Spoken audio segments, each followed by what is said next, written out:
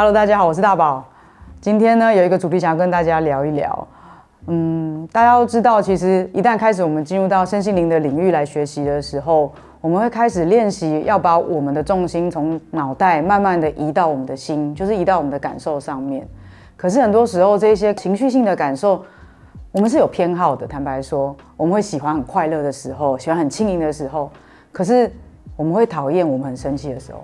我们也会讨厌我们很低潮、很难过、很沮丧的时候。那当我们遇到这一些我们不喜欢的情绪的时候，我通常都怎么样去度过这件事情？现在呢，一般心理学家呢，他们把情绪呢分成4个类别，分别是喜、怒、哀、怕。其实很多其他的情绪呢，都是可以并到这里面来的。那我觉得最有趣的就是，其实喜这是一个大家都喜欢的，可是当怒、愤怒的时候，很多人会有一种内在的不准自己生气的那种情节，因为他们觉得生气可能就不够善良，可能会伤害别人，在内在说我不可以对这个人生气，我不可以怎么样，不可以怎么样，那反而就陷入了另外一种批判的状况。这也许之后可以再聊一集。那我自己比较常经历的可能会是最后面2个，就是分别哀跟怕。那怕就是我们常在讲的恐惧这样子。那哀的话，其实是一种事物的逝去，可能是亲人，可能是朋友，可能是一份工作、一个关系、一个时代的转化。当这个东西在离开的时候，其实我们内在是很容易会有所谓的哀伤出现的，而那个哀伤其实就是在协助我们逐渐的去面对这样的逝去的感受。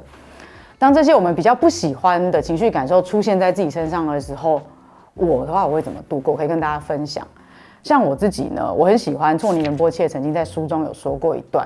他说，当类似这样子你不喜欢的情绪来，例如说恐惧来了，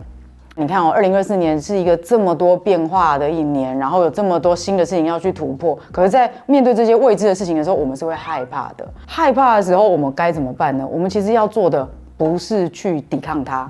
也不是去否认它。我们不用骗自己说我不害怕，我不害怕，或者也不用说不可以害怕，不可以害怕。我们其实不应该这样子。有一个更好的方法，其实可以让害怕跟你在一起。那是什么呢？打一个比方，当我们把害怕想象成一个拳击手，你也是一个拳击手。如果我跟他对打的话，我们会2败俱伤。但是我现在选择，我不要跟他对打，我让这一个情绪靠在我身上。当2个拳击手靠在一起的时候，会发生什么事呢？根本没有空间可以出拳啦。我没有办法打对方了，对方也没有办法打我了，就这样子，互相待一下，真的很需要练习，因为要蛮勇敢的，你才能够让你认为是敌人的情绪靠在你身上。你允许自己跟这个情绪在一起的时候，你们会逐渐的从拳击手这样子敌对的状态，会走下那个擂台，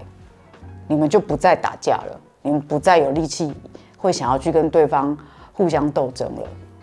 你会开始去看到我们到底当初为什么会站上这个擂台，是不是因为我们2个都想要争夺冠军？那我们为什么想要争夺冠军？我们想要去的共同目标是什么？所以你对于这个情绪其实会开始有更深一层的认识。但是第一步就是必须要先放下你们的拳击手套，然后允许你跟他可以靠在一起。以我自己来说的话，当我自己例如说在我很难过很沮丧的时候，我会让自己真的就是进到那个很深的低谷里面去，就是真的很像就是沉到海里面，深深的，然后也没有办法跟太多人碰面，只想要跟自己好好相处。然后当自己沉到那个低潮的海里面，其实坦白说，人不会24小时都在同一个情绪状态里面，你的情绪一定是会有起起伏伏的。所以不会24小时都很哀伤，不会24小时都很生气，不会24小时都很高兴，一定会有一些空隙，让你可以从那个水面稍微浮上来，换个气。很多时候就是在那个缝隙，会有一些新的洞见产生。情绪后面其实都藏着你对于人生的信念，对于关系的信念，对于工作的信念。你是因为有这个信念，所以才会对这个事件有这个情绪的。我举一个我自己以前一阵子的例子吧。在2023年11月、12月的时候，大家知道我决定让频道开始进入一个转型的状态，因为我自己也在进行一个重整。从雪士达山回来以后，我开始接引了不同的能量体，也感觉到自己的状态不再只是像之前那样子，该怎么形容呢？无知的天真，好像进入到另外一个层次，有更多的思考，然后想要跟人们更靠近。可是跟人们更靠近的时候，其实就是要去关心更多，也许是承担更多。然后那一个责任嘛，我觉得其实也是我以前一直没有很想要正面去迎接，或是正面承担的责任。总之充满太多未知了，然后只知道自己在变，可是自己也觉得很混乱，我不知道该往哪里变。可是转变已经发生在身上了，然后频道还是持续在走，每个月还是有持续的支出，然后还是要一样制作影片。可是我其实内在是混乱的。然后在那个状态下，就在2023年的年底的时候，我跟频道的成员，然后我们一起去学了那个奥修的禅卡课，我们去进修。第一堂课，老师就说：“来，我们每个人抽一张禅卡，然后代表近期的自己。”我就抽到了忧伤这张牌，牌面上会看到有一位僧侣，他在一个很狭隘、像岩缝一般的空间里面，然后一直在哭，但他头顶其实是有非常晴朗的星空的。其实我就在抽起这一张牌的当下，我还没有看解释的时候，我突然间眼泪就快掉出来了。那是有一种，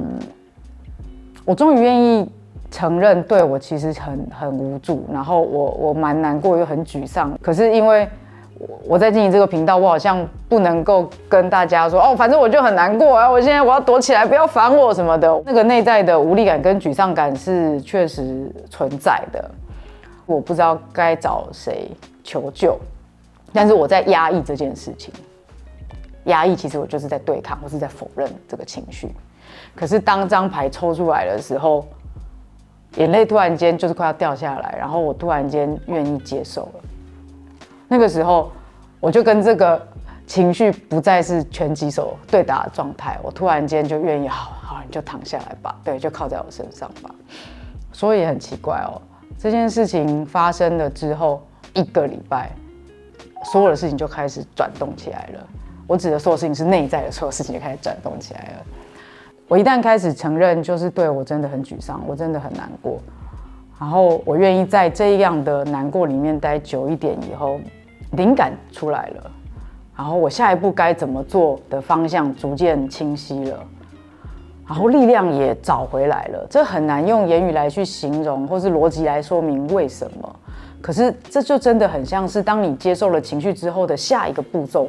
就开始出现了，才会知道说原来我之前花好多的能量在压抑这个情绪，而当我把能量都花在对抗这个忧伤的时候，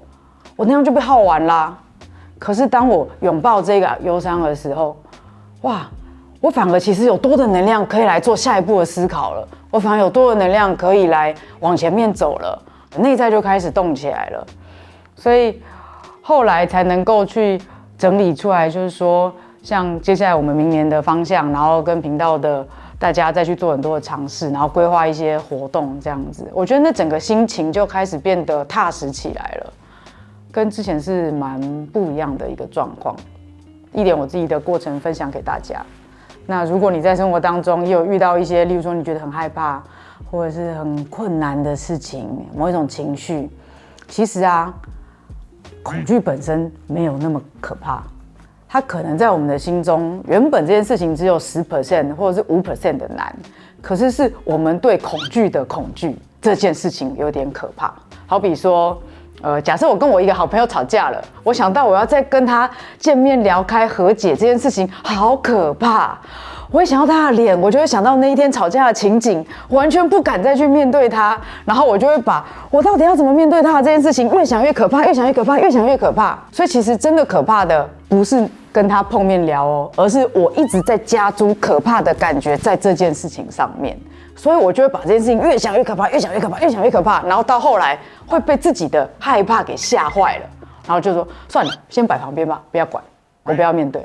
那这也就是为什么从19年来，所有的高龄每一年跨年都在说，你要去面对那个，你把它放到地毯下面，你不想面对那些垃圾，就是这些情绪垃圾，就是这一些，因为真的，一跨过去，新的人生的维度就会再打开。那我真的很鼓励跟很建议大家，如果你跟我一样有遇到类似的状况的话，把这件事情拿出来看一下，真的有这么可怕吗？真的有这么难吗？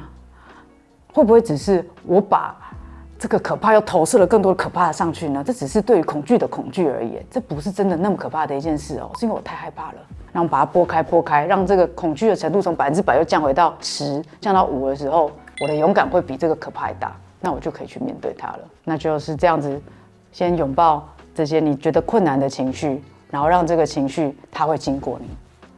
经过你的时候，会有很多新的灵感、新的力量会从里面诞生。但是第一步要先有拥抱的勇气。